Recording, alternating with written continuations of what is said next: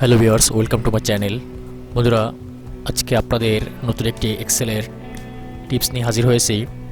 আজকে আপনাদের দেখাবো এক্সেলে কীভাবে ফিল্টার করতে হয়। তো এখানে আপনি প্রতিদিন নতুন নতুন এক্সেলের টিপস পাবেন, তাই চ্যানেলটিকে অবশ্যই সাবস্ক্রাইব করে রাখবেন। আর যারা সাবস্ক্রাইব করেছেন তাদের অসংখ্য অসংখ্য ধন্যবাদ।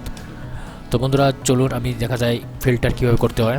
প্রথমে এই 3 কলাম সিলেক্ট করলাম, তারপরে ফিল্টারে ক্লিক করলাম। ডেটা মেনুতে যেয়ে আপনি ফিল্টার ক্লিক করবেন। তো দেখুন, এখানে আমি সমানকে কল করি সাব টোটাল, এখানে সাম ক্লিক করি, একটা কমা দিই, তো এই রেঞ্জটা সিলেক্ট করি, এন্টার। দেখেন 31। এখন আমি যদি এখানে শুধু রাব্বি চাই, তাহলে এখানে রাব্বি 10 আসছে।